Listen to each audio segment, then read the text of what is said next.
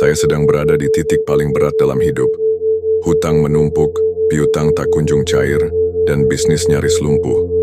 Seolah semua jalan tertutup, dan setiap malam saya hanya bisa berharap esok akan sedikit lebih baik. Tapi yang datang justru tekanan yang makin kuat. Tiap pagi saya melangkah ke musala kecil dekat rumah. Sholat duha menjadi pelarian jiwa, satu-satunya tempat saya bisa menangis tanpa suara.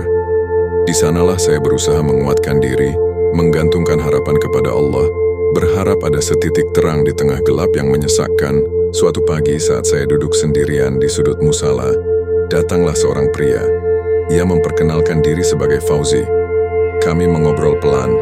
Entah kenapa, saya merasa nyaman menceritakan semua beban hidup saya kepadanya.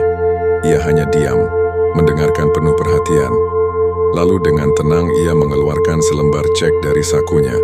Angkanya membuat saya tertegun. 1 miliar rupiah. Ambillah, katanya tenang.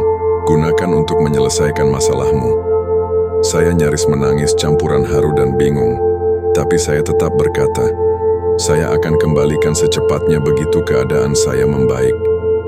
Namun, setelah cek itu ada di tangan saya, justru muncul keraguan. Ada suara hati yang berkata, jangan dulu dicairkan, coba atasi sendiri. Akhirnya saya memilih untuk bernegosiasi ulang hutang dan piutang saya. Satu persatu orang saya temui, saya jelaskan kondisi saya dengan jujur. Ternyata mereka menyambut baik. Saya diberi kelonggaran waktu, dan perlahan, bisnis saya mulai berjalan kembali. Yang mengejutkan, semua itu terjadi tanpa saya mencairkan sepeser pun dari cek tersebut. Beberapa waktu kemudian saya kembali ke musala, ingin mengembalikan cek itu, tapi Fauzi tak ada. Saya bertanya kepada salah satu jemaah bernama Putut, dan di sanalah saya terdiam mendengar kenyataan yang tak terduga. Fauzi adalah kakaknya yang kini sedang dirawat di rumah sakit jiwa. Saya tercekat, antara bingung dan tersentuh.